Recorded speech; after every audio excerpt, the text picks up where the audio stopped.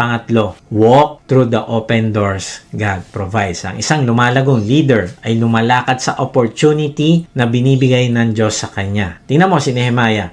Una, nagpe-pray siya. Pangalawa, nagplano siya. Hindi lang siya basta nagpray, nagplano siya. At ngayon, kailangan na niyang kumilos. Hindi sapat na magplano, kundi kailangan mo i-execute ang plano mo. At dito madalas nadadapa ang maraming leader. Hindi dahil kulang sa panalangin, hindi dahil kulang sa wisdom. Sobra na nga sa Bible study. Kundi dahil natatakot tayong lumakad sa pintuang binuksan na ng Diyos. Ang walk through the open doors God provides ay ang tapang na sumunod sa Diyos sa malinaw niyang direksyon kahit may takot, kahit may oposisyon, kahit hindi pa sigurado ang outcome. Kaibigan, kapag ang Diyos ang nagbukas ng pinto, ang tanong ay hindi na safe ba yan? Pwede kaya ito? Mag-work kaya ito? No. Ang tanong dapat ay magtitiwala ba ako sa Kanya o hindi? Ang dalangin ko, kaibigan, magtiwala ka sa Diyos. Tingnan mo si Nehemiah, kung paano natin makikita ang pagtitiwala niya sa Diyos. Sabi sa Nehemiah 2:8-10, ang lahat ng ito ay ginawa ng hari dahil sa kabutihan ng Diyos sa akin. Nang ako'y umalis, pinasamahan pa ako ng hari sa mga pinuno ng hukbo at sa isang hukbong nakakabayo. Pagdaan ko sa mga gobernador ng lalawigan sa kanluran ng Euphrates, inabot ko sa kanila ang liham ng hari. Nang malaman ni Sanballat na Horonita at ni Tobias na isang opisyal na Amonita na may dumating upang itaguyod ang kapakanan ng mga Israelita, sila'y lubos na nagalit. Wow! Ano ang pinaniniwalaan at pinapahayag ni Nehemiah matapos niyang makuha ang favor ng hari? Ano yung pinaniniwalaan niya? Tingnan mo sa verse 8. Ang sabi niya, ang lahat ng ito ay ginawa ng hari dahil sa kabutihan ng Diyos sa akin. Ibig sabihin, malinaw na malinaw para kay Nehemiah na ang Diyos ang nagbukas ng pinto. Kaya nga sabi ni Nehemiah sa verse 9, nang ako'y umalis. Ang ibig sabihin ay hindi siya umupo, hindi siya nag-antay ng perfect moment, kundi dahil alam niya na ang Diyos ang nagbukas ng opportunity, umalis na kaagad siya, naglakbay siya, hinarap niya ang oposisyon, lalo na sila Sanballat at Tobias, nagalit sa kanya. Hindi na natin babasahin iyon. At tingnan mo, gumawa siya ng buong sipag sa pag-rebuild ng pader ng Jerusalem. Kaibigan, ano yung point? Ang favor ng Diyos ay hindi binibigay para maging komportable ka lang, kundi binibigay ng Diyos ang favor niya sa iyo para ka sumunod sa Kanya. Ang ibig sabihin, meron ng binukas na pagkakataon ang Diyos sa iyo. Pupunta ka na lang doon. Kung ang favor ay para lang sa comfort mo, hindi na sana kailangan ni Nehemiah pang maglakbay. Bakit? Kasi ang sarap ng buhay niya sa palasyo. Grabe. Kausap niya araw-araw ang hari. Lahat ng gusto niya nakukuha niya. Kaya lang alam ni Nehemiah na ang favor at blessing ng Diyos ay may purpose. Hindi ito pansarili lang, kundi para sa iba din. Ang ibig sabihin, ang favor ng Diyos ay laging may kasamang responsibility. Kaibigan, ano ang kaibahan ng kumakatok ka sa pinto at nang nakabukas na ang pinto? Kapag kumakatok ka pa lang, pwede mong sabihin, hintay muna, pag-isipan ko muna, antayin ko muna magbukas. Parang ayaw yata akong papasukin eh. Tama lang yan dahil sarado pa ang pinto. Pero kapag bukas na ang pinto, ang tanong ay hindi na papayagan ba ako pumasok? No, hindi na. Ang tanong ay lalakad ba ako papasok sa bukas na pinto? At dito pumapalya yung maraming leader. Nakabukas na pero ayaw pa pumasok. Matagal sila nagpipray na buksan ng Diyos ang pinto. Pero nang binuksan, natatakot na silang pumasok. May magulang na matagal na nagpe-pray, Lord, iligtas mo ang pamilya ko. Dalahin ko na makilala ka nila. Pero hindi nagsisimula ng family devotion. Hindi nagli-lead ng prayer sa bahay. Hindi nag-o-open ng Bible kasama ang pamilya. Ang pinto ay bukas na. Kasi may oras ka, may Bible ka, may pagkakataon ka, pero nakaupo ka pa rin sa comfort zone mo. May church member na nagpe-pray, Lord, gamitin mo ako. Lord, bigyan mo ako ng ministry. Nang inimbitahan mag-lead ng small group, ang sagot, hindi pa ako ready. Baka mas magaling yung iba, next time na lang ako. Kaibigan, ang pinto ay bukas na. Ang calling ay malinaw na. Sinasabi ng Diyos yan sa Matthew 28. pero ang takot pa rin ang pinapairal. May empleyado na nagpe-pray, Lord, i-promote mo ako. Lord, buksan mo ang opportunity. Pero ayaw mag-volunteer sa responsibility. Ayaw lumabas sa comfort zone. Kapag may project na nangailangan ng leadership, tahimik. Nagpe-pray siya ng open door pero ayaw niya lumakad papasok sa open doors. May leader na nagpe-pray para sa paglago ng ministry. Lord, palaguin mo ang church. Pero kapag may kailangan baguhin sa schedule, may kailangan baguhin sa structure, approach, ay ayaw kumilos. Gusto ng open door, pero ayaw iwan ang lumang pinto. Kaibigan, bakit nangyayari ito? Hindi dahil kulang sa prayer, kundi dahil takot sa responsibility, takot sa failure, takot sa criticism, takot mawalan ng control. Pero kaibigan, kailangan mo ito maintindihan. Ang bukas na pinto ng Diyos ay hindi palaging komportable, pero palaging purposeful. Na kapag ginawa mo ang pinapagawa ng Diyos sa iyo, ay doon ka magkakaroon ng totoong fulfillment sa buhay.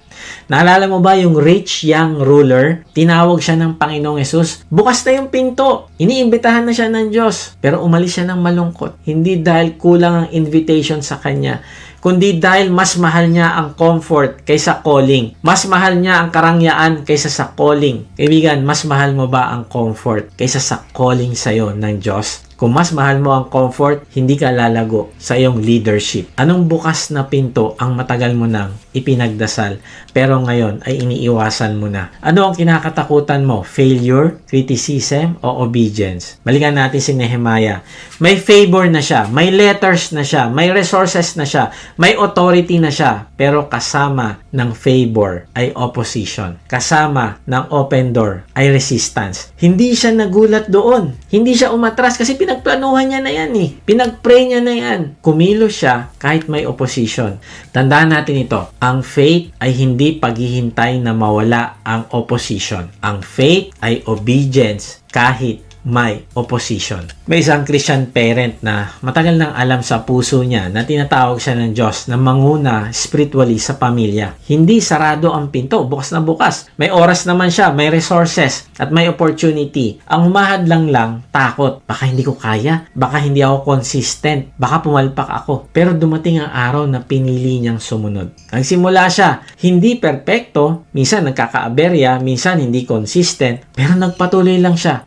Alam mo kung ano nangyari? Nagsimula magkaroon ng pagbabago sa pamilya. Hindi dahil magaling siya, kundi dahil tumawid siya sa bukas na pinto ng Diyos. Kaibigan, delayed obedience is still disobedience. Kaibigan, kailangan natin mag-repent sa fear-based disobedience. Yung hindi ka sumusunod dahil takot ka. Kailangan natin mag-repent dito. Minsan tinatawag natin itong waiting on God. Wait lang, pinagpe-pray ko pa eh. Kaibigan, bukas na yung opportunity. Kailangan mo mag-repent sa fear-based disobedience. Kailangan ko pang pray muna, kailangan ko maghantay, wait lang. Pero ang totoo, umiiwas lang tayo. Pero pakinggan mo ito ng malinaw. Hindi galit ang Diyos sa iyo. Hindi kanya pinapahiya. Ang bukas na pinto ay hindi pressure. Ito ay patunay lang na may tiwala ang Diyos sa iyo. Ikaw ang pinili niya na gampanan at pasukin ang bukas na pinto na yan. Hindi ko alam kung anong pinto yan na binuksan sa iyo ng Diyos. Pero pumasok ka dahil nagtiwala siya sa iyo. Bilang leader sa bahay, sa ministry, sa trabaho, ay tanungin mo sarili mo, may bukas bang pinto na matagal mo nang nakikita pero ayaw mong pasukin? Sabi sa Revelation 3:8, See, I have placed before you an open door that no one can shut. Grabe.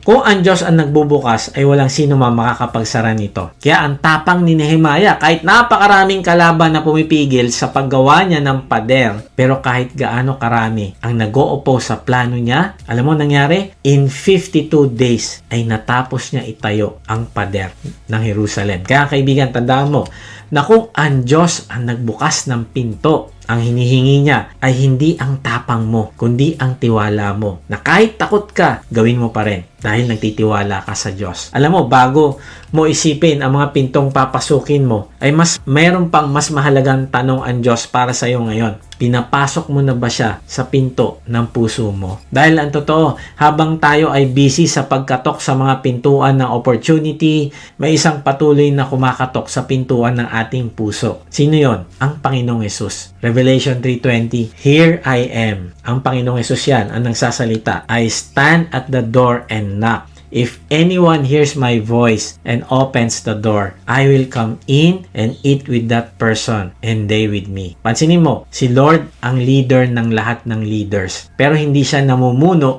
sa pamamagitan ng control. Hindi siya namumuwersa. Hindi siya nananakot. Siya ay kumakatok. Ang sabi niya, if anyone opens the door, I will come in. Kung bubuksan mo lang yan, papasok ako. Kaibigan, baka matagal ka nang nagsisimba. Baka matagal ka nang nagsiserve. Baka leader ka na sa mga mata ng tao. Pero ang tanong, pinapasok mo na ba talaga ang Panginoong Hesus sa puso mo? Hindi lang bilang helper, hindi lang bilang advisor o provider, kundi bilang Panginoon at tagapagligtas. Kaibigan, manampalataya ka na siya ang nagbayad ng iyong kasalanan sa krus at ipahayag mo ngayon ng iyong pananampalataya sa Kanya sa pamamagitan ng panalangin. Sabihin mo sa Kanya, Panginoong Hesus, inaamin ko po na ako ay makasalanan. Nananampalataya po ako na ikaw ang nagbayad ng aking kasalanan sa krus. Ngayon nga ay binubuksan ko na ang pinto ng aking puso. Pumasok ka at manahan sa akin. Tinatanggap kita bilang aking Panginoon at tagapagligtas. Simula ngayon ay tatalikdan ko na ang aking kasalanan. Tulungan mo po ako na maging mabuting leader sa aking pamilya. Amen. So, paano ba tayo magiging malakas na leader? Una, pray before you lead. Dito nagsisimula ang lahat. Hindi sa tapang, hindi sa galing, kundi sa dependence sa Diyos. Kapag natutunan nating kausapin muna ang Diyos bago ang tao, doon nagiging malinaw ang direksyon at nagiging payapa ang puso. Pangalawa, make plans with godly wisdom. Ang panalangin ay hindi katapusan, kundi ito ang simula. Ang Diyos na ating pinapanalanginan ay Diyos din ng karunungan. Kaya ang faith ay hindi bahala na, kundi faith na may paghahanda, may malinaw na pag-iisip at may responsableng desisyon para sa ikabubuti ng mga taong nasa ilalim ng ating impluensya. At pangatlo, walk through the open doors God provides. Hindi sapat ang nag-pray ka na. Hindi sapat ang may plano ka na, kundi kailangan mo ding sumunod. Kapag malinaw na ang favor at direksyon ng Diyos, ang tanong ay hindi na, safe ba yan? Okay ba yan? Baka i-reject ako o baka magkamali ako. Kung di, ang sasabihin mo ay magtitiwala ako sa Diyos. Kaibigan, ang malakas na leadership ay hindi tungkol sa pagiging impressive sa mata ng tao, kundi tapat at masunurin sa harap ng Diyos. Ito ang leadership na pinapalakas ng grace ng Diyos. Ito ang stronger in leadership. God bless.